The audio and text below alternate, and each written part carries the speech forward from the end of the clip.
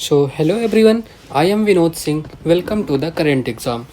आज की क्लास में हम अगस्त 2024 के जियोग्राफी से रिलेटेड जितने भी करंट अफेयर्स के सारे क्वेश्चन होंगे ना, सब कुछ कवर करेंगे। तो आपको और बाहर से कहीं करने की ज़रूरत नहीं है, इस क्लास में हम सारा कवर कर देंगे। ठीक है, तो चलिए शुरू करते हैं।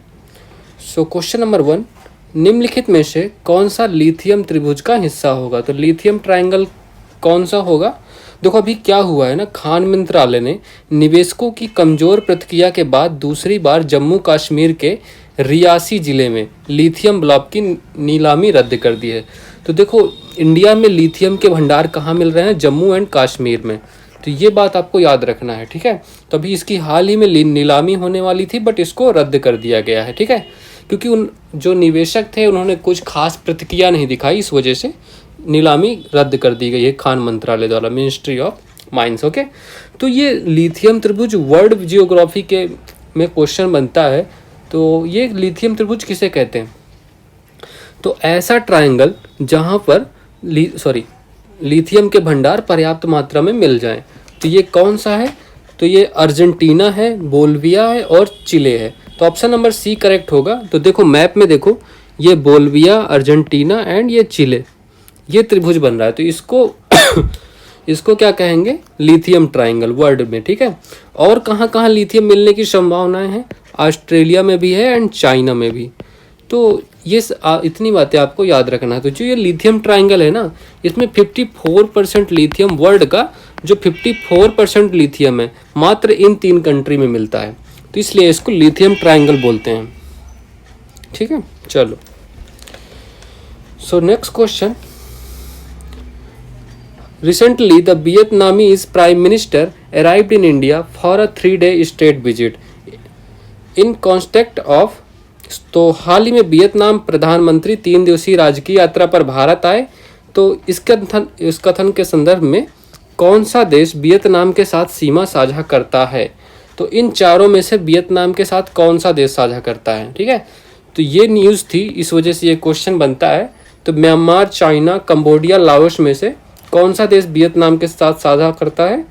तो देखो चाइना करता है, कंबोडिया करता है, लाओस भी करता है, बट म्यांमार नहीं करता है। तो 2, 3, 4, तो option number B correct answer होगा, ठीक है। देखो ये Vietnam country I am so sorry, ये देखो वियतनाम कंट्री है, ठीक है। ये जो इलाका है ना, ये वाला जो लाइट येलो वाला, तो ये वियतनाम कंट्री है। और इसकी कैपिटल क्या है? वियतनाम की कैपिटल क्या है? कैपिटल बताओ। हनोई इसकी कैपिटल है ना। और इसकी करेंसी क्या है? करेंसी वियतनामी डोंग। तो डोंग करेंसी है, हनोई इसकी कैपिटल है। तो ये दोनों बातें भी आपको याद रखना है। और साउथ चाइना सी से बॉर्डर करता है। तो कई बार वियतनाम और चाइना की साउथ चाइना सी को लेकर लड़ाई भी होती रहती है, तो इस वजह से भी ये न्यूज़ में बना रहता है, ठीक है। चलो next question. With reference to the Andaman and Nicobar islands, which of the following statements are correct? 8 degree channel Andaman द्वीप समूह को निकोबार द्वीप समूह से अलग करता है। तो 8 डिग्री चैनल, पहली बात तो 8 डिग्री चैनल तो ये करता नहीं है। तो 8 डिग्री चैनल करता क्या है? ये मालदीव को इंडिया से अलग करता है, ठीक है। मालदीव को लक्षद्वीप जो लक्षद्वीप का जो द्वीप समूह है ना, उसको मालदीव से अलग करता है। तो अर्थात 8 डिग्री चैनल जो है मालदीव एंड लक्षद्वीप के बीच में स्थित है। और 9 डिग्री किसके बीच में है? जो लक्षद्वीप का कावरत्ती द्वीप है, कावरत्ती जिस पे राजधानी है। तो लक्षद्वीप को किससे अलग करता है? मिनिकॉय से, ठीक है। तो मिनिकॉय और लक्षद्वीप को कौन अलग करता है? 9 डिग्री। और मालदीव और इंडिया को 8 डिग्री। और जो अंडमान द्वीप समूह को निकोबार से कौन अलग करता है? 10 डिग्री, ठीक है। तो 10 डिग्री आपको याद रखना है। राजधानी शहर पोर्ट ब्लेयर उत्तरी अंडमान में स्थित है, ये भी बिल्कुल गलत है, ये भी गलत है। तो ये साउथ अंडमान में है, ठीक है। तो साउथ अंडमान में पोर्ट ब्लेयर स्थित है। तो ऑप्शन नंबर डी होगा इसका, नाइदर 1 और नॉट 2। देखो तो अंडमान के बारे में कुछ चीज़ें देखो। ये द्वीप बंगाल की खाड़ी में भारतीय मुख्य भूमि से 1300 किलोमीटर दक्षिण पूर्व में स्थित है। यह द्वीप समूह 500 से अधिक बड़े और छोटे द्वीपों से बना है। और 10 डिग्री चैनल उत्तरी अंडमान द्वीप को दक्षिण में निकोबार द्वीप से अलग करता है। और इसको उत्तरी अंडमान, मध्य अंडमान और दक्षिणी अंडमान में विभाजित किया गया है। और अंडमान और निकोबार द्वीप समूह की पोर्ट ब्लेयर जो राजधानी है दक्षिणी अंडमान में स्थित है। तो ये सारी बातें मैं पहले ही बता चुका, तो इनको भी याद रखना है। क्वेश्चन नंबर 4, भूस्खलन की घटना में विश्राम कोण एक महत्वपूर्ण कारक है। विश्राम कोण के बारे में निम्नलिखित में से कौन सा कथन सही है? देखो, अभी जो केरल के वायनाड जिले में भूस्खलन आया था ना, उससे रिलेटेड ये क्वेश्चन है। तो ये आपको विश्राम कोण पता है? द एंगल ऑफ रिपोज, इसको क्या कहते हैं? देखो, जब कोई मिट्टी आप रखते हो, ऐसे कुछ ऐसे ढेर बनता है ना, तो ये जो एंगल होता है इसको विश्राम कोण कहते हैं। ठीक है, तो इसको क्या कहते हैं? Angle of repose. तो ये बात आपको याद रखना। और ये वह मैक्सिमम एंगल होता है, अरे यार ये हट क्यों गया, तो ये वह मैक्सिमम एंगल होता है जिस पर ये ढेर बना रहे, मतलब ये मिट्टी नीचे खिसके ना। ठीक है, तो ऑप्शन नंबर कौन सा होगा क्वेश्चन नंबर 4 का? यह सबसे तीव्र कोण है जिस पर ढीली सामग्री स्थिर रहती है, जैसे मिट्टी हो गई, बालू हो गई। ठीक है, मैं भी दिखाता हूँ आपको। ये देखो, विश्राम कोण अनिवार्य रूप से वह अधिकतम कोण है जिस पर ढीली सामग्री को ढेर से नीचे खिसके बिना अपना आकार बनाए रख सकते हैं। मतलब ये जो ढेर है ना, ये खिसके ना मिट्टी, जैसे मिट्टी सरके ना, तो इस कोण को विश्राम कोण कहते हैं। और देखो, जब ये देखो, slope angle less than the angle of repose, तो बारिश बिजली से कोई फर्क नहीं पड़ेगा, ये मिट्टी खिसकेगी नहीं। बट जब ये एंगल ज़्यादा होगा रिपोज एंगल से, तब ये मिट्टी भूस्खलन के द्वारा नीचे आके गिर जाती है। यही कारण होता है मेन भूस्खलन का। ठीक है, तो ये ध्यान रखना है आपको विश्राम कोण के बारे में। चलो, क्वेश्चन नंबर 5, निम्नलिखित में से कौन से राज्य पश्चिमी घाट का हिस्सा है? तो अभी देखो, केंद्र सरकार ने मसौदा अधिसूचना का 6ठा संस्करण जारी किया, जिसमें पश्चिमी घाट के 56,825 वर्ग किलोमीटर क्षेत्र को पारिस्थितिक रूप से संवेदनशील क्षेत्र घोषित किया गया है। इस वजह से ये क्वेश्चन आपके एग्जाम में बन सकता है। तो देखो, वेस्टर्न घाट कितना है, पहले ये टोटल इसकी लंबाई कितनी है? 1600 किलोमीटर तो लेंथ है इसकी, है ना, 1600 किलोमीटर लेंथ है। कहाँ से कहाँ थे? नॉर्थ में ताप्ती रिवर जो है, ठीक है, और साउथ में कहाँ तक? कन्याकुमारी। तो ये नॉर्थ टू साउथ आपके दोनों बॉर्डर हो गए। तो ताप्ती रिवर से कन्याकुमारी तक ये वेस्टर्न घाट फैला हुआ है। अब ये कौन कौन से स्टेट में है? तो छह राज्यों में है। ठीक है, ये 6 राज्यों में स्थित है। पहला गुजरात हो गया, नॉर्थ में गुजरात है, फिर महाराष्ट्र है, देन गोवा गोवा के बाद क्या होगा? Tamil Nadu, then Karnataka, then Kerala. तो ये 6 राज्य हैं जिनमें पश्चिमी घाट स्थित है। मात्र कर्नाटक में 60% ये वेस्टर्न घाट स्थित है। तो देखो, इनमें से कौन कौन सा? गुजरात हो गया, महाराष्ट्र हो गया, कर्नाटका हो गया, गोवा हो गया। निम्नलिखित, अच्छा तो ये क्या है यार इसका? तो सभी तो होंगे इसके आंसर, है ना। तो ये ऑप्शन नंबर डी होगा, 1 2 3 4 करेक्ट आंसर। ठीक है, चलो question number 6, consider the following statements. बिजली वायुमंडल में बिजली का एक तेज और बड़े पैमाने पर निर्वहन है, जिसमें से कुछ पृथ्वी की ओर निर्देशित होते हैं। तो जो बिजली नहीं गिरती बारिश के मौसम में, उस स्ट्राइकिंग के बारे में बात हो रही है। तो ये सही है क्या, बताओ? तो ये बिल्कुल सही आंसर है। ठीक है, और स्टेटमेंट है। सेकंड क्या है? प्री मानसून सीजन की वायुमंडलीय परिस्थितियां गंभीर गरज के साथ बारिश के लिए काफी अनुकूल होती हैं। ये भी सत्य स्टेटमेंट है।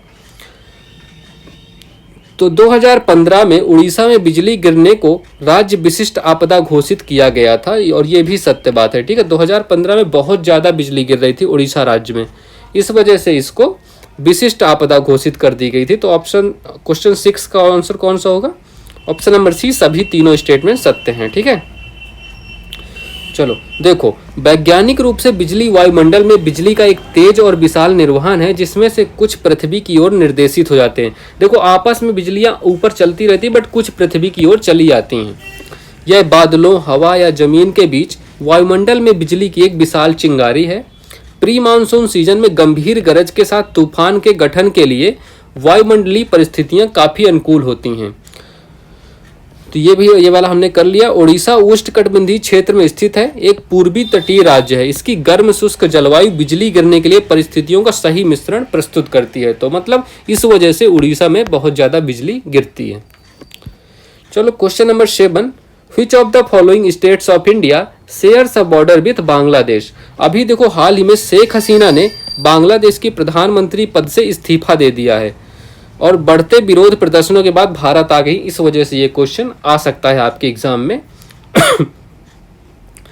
तो कौन सा स्टेट है जो बांग्लादेश से सीमा बनाता है, बताओ।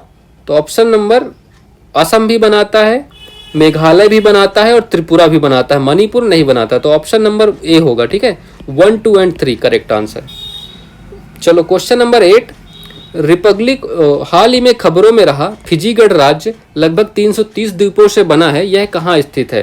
देखो अभी राष्ट्रपति द्रौपदी मुर्मू हैं 2 दिवसीय आधिकारिक यात्रा पर फिजी गणराज्य के नाडी पहुंची थी, नाडी जिले में। यह भारत के राष्ट्रपति की फिजी की पहली यात्रा थी, इस वजह से ये क्वेश्चन आपके एग्जाम में आ सकता है, ठीक है।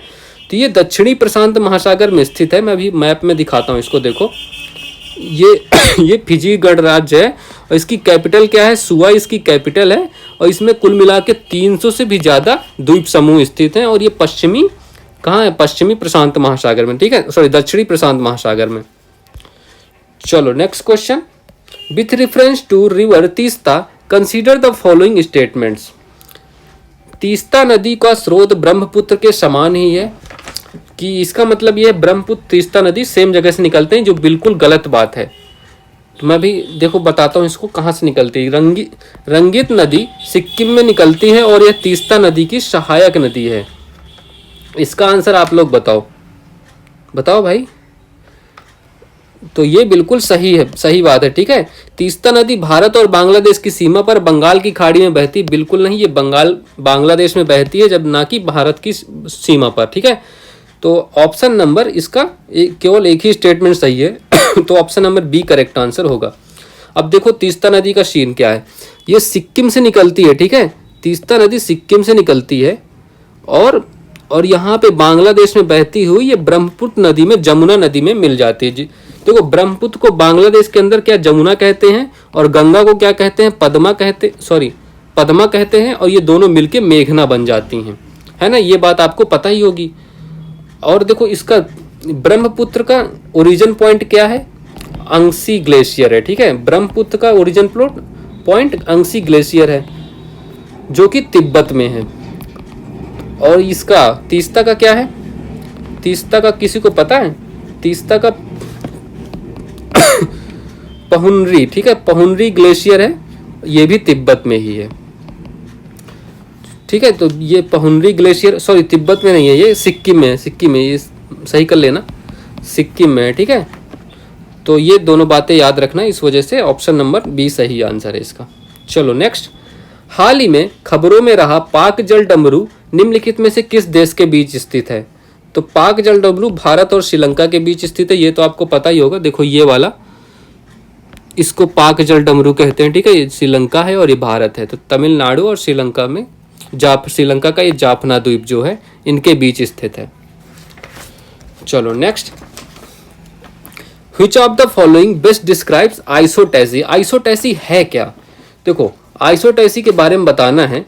तो देखो आइसोटेसी पृथ्वी की पपड़ी जो क्रस्ट होती है, क्रस्ट और मेंटल, अपर मेंटल, ठीक है, ये अपर मेंटल हो गई और ये क्रस्ट हो गई, इन दोनों के बीच गुरुत्वाकर्षण संतुलन की स्थित है। मतलब इन दोनों के बीच एक गुरुत्वाकर्षण, ये जो लाइन है ना, इसको आइसोटेसी कहते हैं। ये संतुलन की स्थिति से जो क्रस्ट होती है ना पृथ्वी की, वो मेंटल पर तैरती रहती है, इसी को आइसोटेसी नाम से जानते हैं। तो ये जो रेखा गई है ना, इसको आइसोटेसी नाम से जानते हैं। तो option number B correct answer होगा। देखो आइसोटेसी का तात्पर्य पृथ्वी की पपड़ी और अंतर्निहित मेंटल के बीच संतुलन से है, जो यह सुनिश्चित करता है कि समुद्र तल से ऊपर की भूमि का वजन समुद्र तल से नीचे की पपड़ी के बराबर द्रव्यमान द्वारा संतुलित किया जाता है। मतलब देखो इससे ये जो ऊपर इतना है ना, इसका द्रव्यमान इसके बराबर बराबर होना चाहिए, तो इसको आइसोटेसी कहते हैं। अभी ये भी थोड़ा न्यूज में बना हुआ है। Question number 12, which of the following statements about pyrocumulonimbus cloud is not true, मतलब नॉट ट्रू बताना है। तो ये अपनी स्वयं की मौसम प्रणाली उत्पन्न कर सकते हैं, क्या ये सत्य बात है, बताओ। हाँ बिल्कुल उत्पन्न कर सकते हैं। वे तीव्र आग की घटनाओं से जुड़े हैं, ये भी सही है। वे हमेशा भारी वर्षा का कारण बनते हैं, बिल्कुल गलत, इनसे कम वर्षा होती है, ठीक है, कम वर्षा होती है, इसमें ये बात आपको याद रखना है।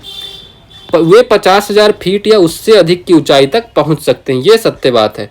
तो गलत कौन सा है? Option number C correct answer होगा। पाइरोक्यूमुलस बादल वास्तव में बहुत कम वर्षा उत्पन्न करने के लिए कुख्यात हैं। इसके बावजूद उनमें गरज और बिजली उत्पन्न करने की क्षमता है। वर्षा की यह कमी आग की स्थिति को और खराब कर सकती है। ठीक है, चलो क्वेश्चन नंबर 13, द ननकई थ्रू। कभी कभी समाचारों में आने वाला ननकई गर्त कहाँ स्थित है? इस गर्त के बारे में बताओ। तो समाचार, हाल ही में जापान ने ननकई गर्त एक सबडक्शन क्षेत्र पर मजबूत झटकों और बड़ी सुनामी की अपनी पहली मेगा क्वेक एडवाइजरी जारी की है। तो ये जापान में स्थित है नानकाई गर्त। इसके बारे में जान लेते हैं। यह एक पानी के नीचे का सबडक्शन क्षेत्र है जो जापान के दक्षिण पश्चिम में यूरेशियन प्लेट के नीचे फिलीपीन सी प्लेट, क्यूसू पलाऊ रिज, सिकोकू बेसुन, किनान सी माउंटेन चेन और इजू बोनिनार की कई भूवैज्ञानिक इकाइयों के सबडक्शन द्वारा विशेषता है। यह टेक्टोनिक तनाव जमा करता है जो एक मेगा क्वेक का कारण बन सकता है। 8 से अधिक परिणाम वाला भूकंप इससे आ सकता है। यह मध्य जापान में सुरुगा खाड़ी और दक्षिण में क्यूसू में ह्योनागाड़ा सागर के बीच स्थित है। ननकाई गर्त में लगभग हर 100 से 150 साल में ऐसे मेगा क्वेक उत्पन्न करने का इतिहास है। वे अक्सर जोड़े में आते हैं। ठीक है, तो ननकाई गर्त में 8 से ज़्यादा स्ट्रेंथ का भूकंप आने की संभावना है। इस वजह से ये न्यूज में बना हुआ है। जापान में स्थित है, याद रखना। Question number 14, consider the following statements. Antarctica में दुनिया की लगभग 90% बर्फ है। क्या यह सत्य बात है? बिल्कुल सही है। रॉस आइस शेल्फ और फिल्चलन रोने आइस शेल्फ दोनों अंटार्कटिका का हिस्सा हैं। तो ये भी सत्य है। ठीक है, अब देखो क्यों है। पहली बात तो अंटार्कटिका जो भी है ना, तो अंटार्कटिका इसका क्या है? ये 5th लार्जेस्ट कॉन्टिनेंट है पहले। ठीक है, ये आपको पता होगा पहले से ही। 5th लार्जेस्ट कॉन्टिनेंट है और 90% ऑफ वर्ल्ड, तो 90% ऑफ वर्ल्ड की आइस यहाँ मिलती है। जो 90% आइस है अंटार्कटिका में ही मिलती है और 80% फ्रेश वाटर यहीं से प्राप्त होता है। तो इतनी बातें आपको अंटार्कटिका के बारे में याद रखना। ठीक है, और ये जो दोनों द्वीप है ना, ये अंटार्कटिका का 45% बनाते हैं। तो ये दोनों स्टेटमेंट सही हैं। तो option number C correct answer होगा इसका। चलो मार्क कर लेना। Question number 15, consider the following statements about, अरे क्या हो रहा है? Consider the following statements about arecanut cultivation in India. ठीक है, तो भारत में एरेकनॉट मतलब सुपारी तो कौन कौन से स्टेटमेंट है? कर्नाटक भारत में सुपारी का सबसे बड़ा उत्पादक स्थल है। बताओ सही है कि गलत? तो ये बिल्कुल सत्य बात है। ठीक है, कर्नाटक में सबसे ज्यादा सुपारी होती है। सुपारी 4 डिग्री सेल्सियस और 40 डिग्री के बीच तापमान वाली समशीतोष्ण जलवायु को पसंद करती है। ये बिल्कुल गलत स्टेटमेंट है। क्या है टेम्परेचर? देखो इसका सही टेम्परेचर क्या है? 14 डिग्री सेल्सियस और 36 डिग्री सेल्सियस के बीच। ठीक है, तो ये आप ध्यान रखना। थर्ड स्टेटमेंट कौन सा है? लैटेराइट और लाल दोमट मिट्टी सुपारी की खेती के लिए उपयुक्त है। तो ये भी सत्य बात है। ठीक है, तो option number B correct answer होगा। 1 और 3 करेक्ट है। अब क्या है? देखो, केंद्रीय रोपण फसल अनुसंधान संस्थान ने किसानों को सुपारी के बागानों में कोले रोग, फल सड़ने का रोग का नियंत्रित करने के लिए सलाह जारी की है। तो ये बात याद रखना, इस वजह से ये न्यूज में है। तो कोले रोग किसका है? सुपारी का रोग है। ओके, सुपारी एक व्यावसायिक रूप से महत्वपूर्ण फसल है जिसे आमतौर पर सुपारी या सुपारी के रूप में जाना जाता है। यह पान मसाला और अन्य तंबाकू उत्पादों की तैयारी में एक आवश्यक घटक है। तो मतलब यूपी बिहार में काफी प्रचलन में रहती है। तो कर्नाटक भारत में सुपारी का सबसे बड़ा उत्पादक है। सुपारी गर्म उष्णकटिबंधीय जलवायु को पसंद करती है, ना कि समशीतोष्ण जलवायु को। आदर्श तापमान 14 डिग्री सेल्सियस से 36 डिग्री सेल्सियस के बीच और अच्छी जल निकासी वाली लैटेराइट और लाल दोमट मिट्टी सुपारी की खेती के लिए उपयुक्त है। सुपारी वर्षा की एक विस्तृत श्रृंखला को सहन कर सकती है, जिसकी न्यूनतम आवश्यकता 750 mm वार्षिक, ना कि 1000 mm। ठीक है, तो ये बिल्कुल सत्य बात है। तो option number B correct answer है इसका। चलो नेक्स्ट करते हैं। Question number 16, Gobekli Tepe. हाल ही समाचारों में देखा गया गोबेकली टेपे एक प्राचीन स्थल है। तो इसका संबंध कहाँ से है? तो इसका संबंध तुर्की से है। ठीक है, मैं भी दिखाऊंगा इसको मैप में। तो तुर्की के एक प्राचीन स्थल गोबेकली टेपे में पुरातत्वविदों ने संभवतः दुनिया का सबसे पुराना कैलेंडर खोजा है, जो लगभग 13,000 साल पुराना है। तो इसके बारे में चलो जान लेते हैं कुछ चीजें। तो गोबेकली टेपे, जिसे अक्सर दुनिया का पहला मंदिर कहा जाता है, में बड़े पत्थर के खंभों की एक श्रृंखला है जो अलंकृत नक्काशी से सुसज्जित है।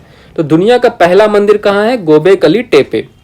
इन नक्काशी ने शोधकर्ताओं को लंबे समय तक हैरान किया, लेकिन हाल के अध्ययनों से पता चलता है कि वे एक प्राचीन समय प्रणाली का प्रतिनिधित्व करते हैं।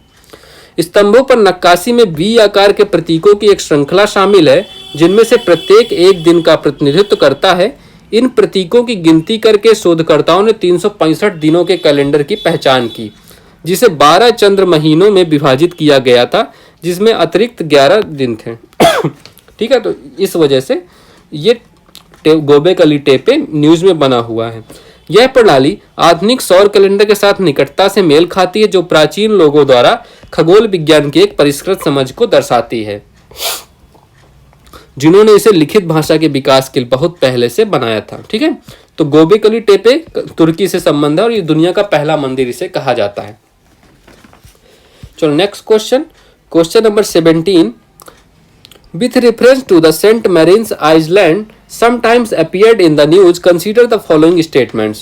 तो सेंट मरीन्स आइसलैंड के बारे में कुछ कथन है, उनको देखना है। ठीक है, तो यह बंगाल की खाड़ी में बांग्लादेश और म्यांमार की सीमा के करीब स्थित है। तो सही बात है ये। अरब व्यापारी 18वीं शताब्दी में द्वीप पर बसने वाले पहले लोगों में से थे, ये भी सही बात है। ठीक है, तो अभी हाल ही में बांग्लादेश का सेंट मार्टिन द्वीप पूर्व बांग्लादेशी प्रधानमंत्री शेख हसीना के इस्तीफे के बाद विवादों में था, इस वजह से ये क्वेश्चन आपके एग्जाम में बन सकता है। तो ये मार्टिन द्वीप है कहाँ? सेंट मार्टिन द्वीप बंगाल की खाड़ी के उत्तर पूर्वी क्षेत्र में स्थित है, जो बांग्लादेश और म्यांमार की सीमा के करीब है। यह बांग्लादेश का एकमात्र प्रवाल द्वीप भी है, ये बात भी आपको याद रखना है। यह द्वीप कभी टेकनॉफ प्रायद्वीप का हिस्सा था, लेकिन धीरे धीरे समुद्र में डूब गया। लेकिन 450 साल पहले वर्तमान सेंट मार्टिन द्वीप के दक्षिण उपनगर फिर से उभरे हैं। तो बीच में डूब गया था, अभी 450 साल पहले फिर से उभर गए हैं। तो 18वीं शताब्दी में अरब व्यापारी इस द्वीप पर बसने वाले पहले लोगों में से थे। व्यापारियों ने शुरू में इस द्वीप का नाम जजीरा, जिसका अर्थ है द्वीप या प्रायद्वीप, रखा था और बाद में इसे बदलकर नारिकेल जंजीरा या नारियल द्वीप कर दिया। 1900 में ब्रिटिश भारत ने भूमि सर्वेक्षण के दौरान इस द्वीप पर कब्जा कर लिया। तब से इस द्वीप का नाम सेंट मार्टिन द्वीप के नाम से जाना जाने लगा, जिसका नाम चटगांव के तत्कालिक डिप्टी कमिश्नर मार्टिन के नाम पर रखा गया था। तो ये आपकी हिस्ट्री है सेंट मार्टिन द्वीप की, ये बंगाल की खाड़ी में स्थित है। चलो question number 18। With reference to the Tungabhadra river, which of the following statements are correct? First statement, यह नदी कर्नाटक और आंध्र प्रदेश के बीच सीमा बनाती है। क्या ये सत्य बात है? बिल्कुल सही बात है, कर्नाटक और आंध्र प्रदेश के बीच सीमा बनाती है। यह तमिलनाडु में कावेरी नदी से मिलती है, बिल्कुल गलत बात है। यह कृष्णा नदी से मिलती है, कहाँ मिलती है? आंध्र प्रदेश में ही। ठीक है, तो ऑप्शन नंबर 1 करेक्ट आंसर होगा इसका। तो भी हाल ही में कर्नाटक के कोप्पल जिले में तुंगभद्रा नदी पर बने पत्थर के बांध के 33 शिखर दौरों में से एक के बह जाने के बाद तुंगभद्रा बांध के बहाव क्षेत्र में बाढ़ की चेतावनी जारी की गई है। तो इस वजह से ये क्वेश्चन आपके एग्जाम में बन सकता है। तो देखो, ये देखो तुंगभद्रा नदी है, इसकी 2 शाखाएं निकलती हैं, एक तुंगा और भद्रा। ठीक है, और इसका ओरिजिन कहाँ से है? तो ओरिजिन कहाँ से इसका ये बताओ। तो वेस्टर्न घाट से होता है, पश्चिमी घाट से इसका ओरिजिन होता है। 2 शाखाएं निकलती हैं यहाँ से। ठीक है, 2 शाखाएं, एक तुंगा नाम से जानी जाती है, दूसरी को भद्रा, जो मिलके तुंगभद्रा नदी बनाती हैं। और ये कृष्णा नदी से मिलती हैं। यहाँ पे देखो, ये आंध्र प्रदेश में, तो आंध्र प्रदेश में कृष्णा नदी से ये मिलती है। तो और boundary between Andhra Pradesh and Karnataka के बीच में ये बाउंड्री बनाती है, देखो। ठीक है, चलो ये यहाँ पे देखो बाउंड्री बना रही है, तो आंध्र प्रदेश और कर्नाटक के बीच बाउंड्री बनाती है। तो ठीक है, तो ये आपको समझ आ गया अब। ठीक है, चलो नेक्स्ट क्वेश्चन करते हैं। Question number 19। With reference to the solar cycle consider the following statements. सौर चक्र वह चक्र है जिससे सूर्य का चुंबकीय क्षेत्र लगभग हर 5 साल में गुजरता है। गलत बात है, ये हर 11 साल में गुजरता है। ठीक है तो हर 11 साल में गुजरता है, इसलिए ये स्टेटमेंट गलत है। सौर चक्र की शुरुआत एक सौर न्यूनतम से होती है या जब सूर्य पर सबसे कम सन स्पॉट होते हैं, तो ये सही बात है। और धीरे धीरे ये सन स्पॉट बढ़ते जाते हैं और सबसे ज्यादा सन स्पॉट सूर्य के केंद्र में होते हैं। ठीक है, तो इसका option number B correct answer होगा, और क्योंकि दूसरा स्टेटमेंट बस सही है। ठीक है, चलो next question. With reference to the Aravalli range consider the following statements. Rajasthan occupies 30% of the range while other states Haryana, Delhi and Gujarat have 70% of share. तो ये गलत बात है ना? क्यों? क्योंकि देखो पहले अच्छा ये बताओ, अरावली जो रेंज है इसकी लेंथ कितनी है? इसकी लेंथ है कितनी? 692 किलोमीटर, 692 किलोमीटर इसकी लेंथ है। और विड्थ कितनी है? विड्थ वेरी करती है 10 किलोमीटर से 120 किलोमीटर तक। तो ये बात, दोनों बातें भी आपको याद रखना है। और कहाँ पे है ये? बिटवीन थार का जो डिजर्ट है ना, Thar desert and Gangetic plain के बीच ये स्थित है। तो ये बात भी आपको पता होनी चाहिए। और देखो राजस्थान में ना, ये राजस्थान में 80% का इसका एरिया राजस्थान में है, बाकी 20% कहाँ है? 20% का एरिया हरियाणा में है, दिल्ली में है। ठीक है, हरियाणा, दिल्ली और गुजरात में। तो कौन सा ये स्टेटमेंट तो गलत हो गया। Guru Shikhar in Mount Abu is the highest peak in the range, ये सही बात है। और इसकी कितनी है लेंथ? कितनी है? 1722 मीटर। ठीक है, तो इतनी बातें याद रखना। तो ऑप्शन नंबर कौन सा? Option number B correct answer होगा इसका। ठीक है, चलो नेक्स्ट करते हैं। Guam island recently seen in news is a territory of which of the following nations. तो ये गुआम आइसलैंड क्या है? हाल ही में संपन्न दुनिया के सबसे बड़े बहुराष्ट्रीय समुद्री अभ्यास रिमपैक 2024 के सफल समापन पर ऑपरेशनल टर्न अराउंड के लिए आईएनएस शिवालिक गुआम पहुंचा था। इस वजह से ये गुआम न्यूज में है, क्योंकि इंडिया और यूएसए का जो इस रिमपैक में अभ्यास हुआ था उसमें आईएनएस शिवालिक ने भाग लिया था। तो ये कहाँ पे स्थित है? अच्छा बताओ, गुआम। तो ये यूनाइटेड स्टेट्स ऑफ अमेरिका में स्थित है, इस वजह से ये न्यूज में बना हुआ है। ठीक है, चलो नेक्स्ट। ये देख लो, यह उत्तरी प्रशांत महासागर में संयुक्त राज्य अमेरिका का एक द्वीप क्षेत्र है। यह द्वीप मैरियाना द्वीप समूह का सबसे बड़ा, सबसे अधिक आबादी वाला और सबसे दक्षिणी द्वीप है। इसकी राजधानी क्या है? हगाताना इसकी राजधानी है। ठीक है, चलो question number 23। With reference to the water spout consider the following statements. यह हवा और धुंध का एक बड़ा स्तंभ है जो 500 किलोमीटर पर घंटा तक की गति से जल निकाय पर घूमता है। क्या ये सही बात है? बिल्कुल गलत बात है। देखो हवा और धुंध का तो स्तंभ है, बट इसकी एवरेज, चलो इसकी डायमीटर क्या है? एवरेज डायमीटर पहले लिखो। डायमीटर 165 फीट होती है इसकी डायमीटर। और स्पीड क्या होती है? ऑलमोस्ट 100 किलोमीटर पर घंटा। ठीक है, तो इस वजह से ये गलत स्टेटमेंट है। और यह एक प्रकार का बाउंडर है जो आमतौर पर लगभग 5 से 10 मिनट तक रहता है, इस वजह से ये स्टेटमेंट सही है। तो option number B correct answer होगा। और ये कैसे बनता है? ये बनता है ये भी लिख लो। तो कब अकर होता है, कब बनता है? Occurs when high level of humidity present हो। ठीक है, तो हाई लेवल ऑफ ह्यूमिडिटी हो। ठीक है, सॉरी ह्यूमिडिटी नहीं। ठीक है, और वार्म वाटर हो, तो ठीक है, तब इसका फॉर्मेशन हो सकता है। चलो नेक्स्ट करते हैं। Which of the following statements about the Kamchatka Peninsula are correct? It is located in the easternmost part of Russia. यह रशिया के ईस्टर्न मोस्ट पार्ट पर स्थित है। यह अपने सक्रिय ज्वालामुखियों और गीजर के लिए जाना जाता है और यह यूनेस्को की विश्व धरोहर स्थल है। प्रायद्वीपीय पश्चिम में ओखोटस्क सागर और पूर्व में बेरिंग सागर से घिरा हुआ है। तो इनमें से बताना है आपको कौन सा सही है। ठीक है, देखो तो फर्स्ट भी सही है, सेकंड भी सही है और थर्ड भी सही है। अब हम इसको देख लेते हैं आंसर। तो option number D correct answer होगा इसका। ठीक है, अब मैप में देख लेते हैं। ये देखो कामचटका प्रायद्वीप है। ठीक है, ये कामचटका प्रायद्वीप है और यह वास्तव में रूस के सुदूर पूर्वी भाग में स्थित है। प्रायद्वीप अपनी ज्वालामुखी गतिविधि के लिए भी प्रसिद्ध है, क्योंकि ये रिंग ऑफ फायर में प्रेजेंट है ना। रिंग ऑफ फायर आप जानते होंगे, पैसिफिक ओशियन के चारों तरफ। इस अनूठी भूवैज्ञानिक विशेषता इसे यूनेस्को को विश्व धरोहर स्थल के रूप में मान्यता दिलाई गई है। कामचटका प्राय भौगोलिक रूप से पश्चिम में अखोट सागर, ठीक है, ये वाला जो सागर है अखोश सागर और पूर्व में बेरिंग सागर, ये बेरिंग सागर है। ठीक है, तो इतनी बातें कामचटका पेनिनसुला के बारे में याद करो। और ये सखलिन, ये वाला जो सखलिन द्वीप कहते हैं इसको।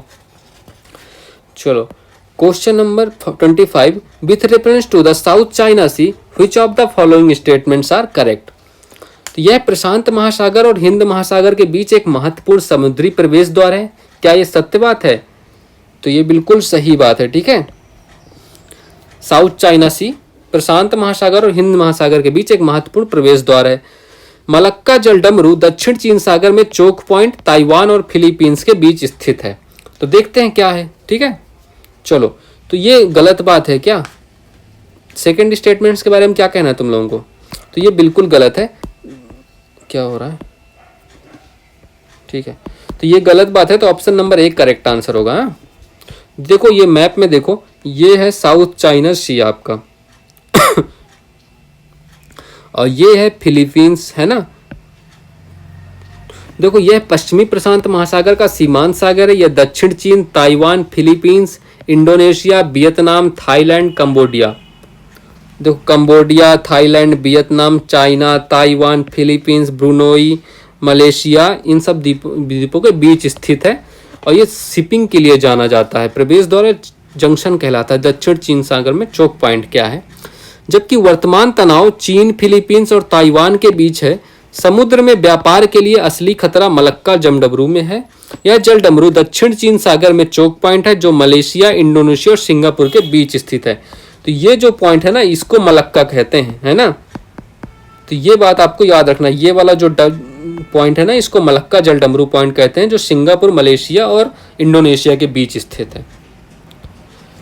Question number 26, recently prime minister Narendra Modi visited Poland, which was the first visit of an Indian PM to the country in the past 45 years. तो पोलैंड में 45 साल बाद कोई भारतीय प्रधानमंत्री गया है। तो ये अब देख लो क्या है। ठीक है, तो उपरोक्त कथन के संदर्भ में निम्नलिखित में से कौन सा देश पोलैंड के साथ सीमा साझा करता है? तो ये बताना है आपको। ठीक है, चलो मैं क्वेश्चन दिखा ही देता हूँ। ये देखो पोलैंड है, तो इससे कौन कौन सीमा साझा करते हैं? रशिया, बेलारूस हो गया, यूक्रेन हो गया, स्लोवाकिया हो गया, चेक रिपब्लिक, जर्मनी एंड रशिया। तो कौन सा हो गया? ऑप्शन में से कौन सा मैच कर रहा है? तो यूक्रेन भी हो गया, रशिया भी हो, जर्मनी, बेलारूस। तो चारों मैच करते हैं, चारों बॉर्डर में स्थित हैं। ठीक है, चलो नॉर्दर्न बॉर्डर, और ये 440 किलोमीटर का नॉर्दर्न बॉर्डर है। ये जो वाला, ये जो बाल्टिक सी से अटैच होता है, बाल्टिक सी भी इसके किनारे पे है। और कैपिटल क्या है? Warsaw is the capital and largest city of Poland. ठीक है, तो वर्सो जो क्या है, इसकी कैपिटल है। चलो next question, question number 27, consider the following statements regarding the Gumti river. Gumti नदी त्रिपुरा के लोंगथराई पहाड़ियों से निकलती है और बांग्लादेश में बहती है, जहां यह ब्रह्मपुत्र नदी में विलीन होती है। ये गलत बात है, ये मेघना नदी में मिलती है। ठीक है, मेघना नदी में विलीन होती है। तो ये ठीक है, ये सही करना आप लोग। और कहां से निकलती है? त्रिपुरा के लोंगथराई पहाड़ियों से नहीं, बिल्कुल ये देखो अथरमुरा पर्वत से निकलती है, जो बांग्लादेश में है। सॉरी, अथरमुरा पर्वत से निकलती है और बांग्लादेश में बहती है और मेघना में मिल जाती है। ठीक है, इतनी बात आपको याद रखनी है। तो ये स्टेटमेंट गलत हो गया। गुमती नदी पर डंबर बांध का उपयोग त्रिपुरा क्षेत्र में सिंचाई के लिए, बाढ़ नियंत्रण के लिए किया जाता है। ये सही बात है। तो डंबर बांध का प्रयोग किया जाता है सिंचाई और बाढ़ नियंत्रण के लिए। तो ऑप्शन नंबर 27 का बी करेक्ट आंसर होगा। ठीक है, तो अभी देखो भारत ने बांग्लादेश के इस दावे को दृढ़ता से खंडन किया कि त्रिपुरा में गुमती नदी के ऊपर डंबर बांध के खुलने से बांग्लादेशी की पूर्वी सीमा पर बाढ़ आई है। तो बांग्लादेश कह रहा था भैया ये बांध खुल गया तो हमारे ऐसे बाढ़ आ गई, तो इस वजह से ये क्वेश्चन भी बन सकता है आपका। With reference to the Marsyangdi sorry Marsyangdi river, consider the following statements. यह नेपाल में अन्नपूर्णा पर्वतमाला के पास से निकलती है और यह गंडकी नदी प्रणाली का हिस्सा है। तो बताओ इस कौन सा सही है? तो ये दोनों ही सही है। ठीक है, ये कहाँ से निकलती है? अन्नपूर्णा पर्वतमाला से निकलती है नेपाल में, और गंडकी नदी प्रणाली का हिस्सा भी है। तो option number C correct answer होगा। देखो अभी क्या हुआ, हाल ही में लगभग 40 यात्रियों को ले जा रही एक भारतीय पर्यटक बस राजमार्ग से उतर गई और नेपाल के तनहुन जिले में तेज बहती मर्स्यांगा गडी नदी में गिर गई, जिसके परिणाम स्वरूप कई लोगों की जान चली गई और घायल भी हो गए। तो इस वजह से ये न्यूज में बना हुआ था। ठीक है, तो मर्स्यांगड़ी नदी नेपाल में अन्नपूर्णा पर्वतमाला के उत्तर पश्चिम में 3600 मीटर की ऊंचाई पर उत्पन्न होती है, जहां खंगसर खोला और झारसंग खोला पर्वत नदियां मिलती हैं। इसकी सहायक नदियां नगदी खोला, डोरडी खोला, चेपे खोला, चुंडी खोला और दौरादी आदि हैं। यह मनांग जिले से पूर्व की ओर बहती है, फिर लामजंग जिले से दक्षिण की ओर बहती है। अंततः मुमलिंग के पास एक सहायक नदी के रूप में त्रिशूली नदी से मिल जाती है। इतना सब आपको याद नहीं करना, परेशान मत हो। ठीक है, और ये गंडकी नदी प्रणाली का हिस्सा है। Question number 29, which of the following country shares the border which Botswana. Botswana के साथ कौन कौन बाउंड्री बनाता है, क्योंकि बोत्सवाना में ही कालाहारी मरुस्थल है, ये आपको याद रखना है, ये बहुत ही इंपॉर्टेंट क्वेश्चन है। दुनिया का दूसरा सबसे बड़ा 2492 कैरेट का हीरा बोत्सवाना में एक कनाडाई फर्म लुकारा डायमंड की खदान में खोजा गया। सबसे बड़ा 2492 कैरेट का हीरा भी मिला है यहाँ बोत्सवाना में। सबसे बड़ा हीरा 3106 कैरेट 1905 में दक्षिण अफ्रीका में पाया गया था, जिसे कलिनन डायमंड के नाम से भी जाना जाता था। ठीक है, तो ये कुछ डायमंड मिला, इस वजह से ये क्वेश्चन आ सकता है आपको। अब मैं दिखा देता हूँ मैप। तो बोत्सवाना कहाँ, इसकी बॉर्डरिंग कंट्री जिम्बाब्वे, पहले इसकी राजधानी देख लो, गैबोर्ने इसकी राजधानी है। Zimbabwe, Zambia, Namibia, south America, ये इसकी सब बॉर्डरिंग कंट्री। जाम्बिया है, साउथ अफ्रीका है, नाम्बिया है, इजिप्ट तो होगा नहीं, है ना। तो इसका कौन सा ऑप्शन सही होगा? 1, 3 एंड 4, तो option number B correct answer है। ठीक है, चलो नेक्स्ट करते हैं। Question number 30, consider the following statements with reference to the Philadelphi corridor. यह मिस्र के साथ गाजा की सीमा पर स्थित है। सत्य बात है क्या ये बिल्कुल सत्य बात है। इसका निर्माण इजरायली सेना द्वारा किया गया था जब गाजा उसके सीधे कब्जे में था। तो ये भी सही है। ठीक है, तो option number C correct answer होगा। तो मिस्र के साथ गाजा पट्टी की सीमा पर भूमि का एक संकीर्ण खंड वार्ता में मुख्य बाधा के रूप में उभरा है। तो ये दोनों सही होंगे। देखो, तो ये फिलाडेल्फिया कॉरिडोर है और ये गाजा स्ट्रिप है और ये इजिप्ट के साथ बॉर्डर करता है और ये इजराइल है। तो इस बात को आप याद रखना। ठीक है, तो फिलाडेल्फिया कॉरिडोर मिस्र के साथ गाजा की सीमा पर 14 किलोमीटर लंबा क्षेत्र है और यह इजराइल और हमास के बीच युद्ध विराम वार्ता का केंद्र है। इसे इजरायली सेना ने तब बनाया था जब 1967 और 2005 के बीच गाजा पर उसका सीधा कब्जा था। अमेरिका की मध्यस्थता में 1979 में हुआ समझौता इजराइल और किसी अरब देश के बीच पहली शांति संधि थी। ठीक है, तो ये आपको फिलाडेल्फिया कॉरिडोर के बारे में इतनी बातें याद रखना है। Question number 31, consider the following statements regarding Wular lake. तो वुलर लेक के बारे में कि Wular lake is the largest fresh water lake in India. तो ये सही है, बिल्कुल सही है। The main source of water of Wular lake is the Chenab river, ये गलत है। जबकि Wular lake is a designated Ramsar site, ये भी सत्य है। तो option number C correct answer होगा। तो देखो मैप में देख लो, ये जो जम्मू कश्मीर है यहाँ पे ये वुलर लेक स्थित है। ठीक है, तो ये आप ना देख लेना, ये वुलर लेक के बारे में जानते होगे सारे। Question number 32, recently the Arbaat dam in eastern Sudan has collapsed. तो अरबात बंद भारी बारिश के बाद ढह गया, जिससे भयंकर बाढ़ आ गई, जिससे सूडान में आसपास के गांवों को तबाह कर दिया। तो इसके साथ सूडान के साथ सीमा साझा करने वाले देश कौन से हैं? तो ये भी देख लो। तो इजिप्ट हो गया, इरिट्रिया हो गया, इथियोपिया, साउथ सूडान हो गया, सेंट्रल रिपब्लिक हो गया, चैड हो गया, लीबिया हो गया। तो ये सारे बनाते हैं। तो सोमालिया नहीं है लगता है ना, तो सोमालिया नहीं है, चैड है, लीबिया, इरिट्रिया है। तो option number C 2, 3 and 4 correct answer होगा इसका। चलो नेक्स्ट करते हैं। Question number 33, which among the following are the conditions under which a cyclone is formed। Cyclone कैसे बनता है, कौन कौन सी कंडीशंस जरूरी होती हैं? तो वार्म ओशियन वाटर्स, क्या सत्य है? बिल्कुल सही है। Formation of high pressure system, नहीं, लो प्रेशर सिस्टम की ज़रूरत होती है। ठीक है, लो प्रेशर सिस्टम जरूरत होती है। कोरियोलिस इफेक्ट, ये भी जरूरी होता है। तो ऑप्शन सी 1 एंड 3 जरूरी है। ठीक है, देखो चक्रवात आमतौर पर गर्म समुद्री जल पर बनते हैं। गर्मी चक्रवात को ईंधन देने के लिए आवश्यक और ऊष्मा नमी प्रदान करता है। तो इस वजह से आप लोग देख लेना, लो प्रेशर जरूरी होता है, कम दबाव वाले क्षेत्र की ओर ले जाता है, जिससे हवा गर्म हो जाती है और ऊपर उठती है, जिस वजह से ये ऐसे घूमते रहते हैं। ठीक है, कोरियोलिस प्रभाव के कारण ऊपर उठती हवा कम दबाव वाले केंद्र के चारों ओर घूमने लगती है। इसे घूमने वाली गति चक्रवाती परिसंचरण का विकास होता है और यहीं से आपकी इस क्लास का समापन होता है। सो आई होप आज क्वेश्चन थोड़ा एक्स्ट्रा थे तो आप समझ आ गए होंगे, क्योंकि जियोग्राफी में प्राकृतिक आपत्तियाँ होता ही रहता है कुछ। तो चलो, so that's all for this class. Subscribe and share कर देना यार तुम लोग, और थैंक यू एवरीवन। ख्याल रखना अपना।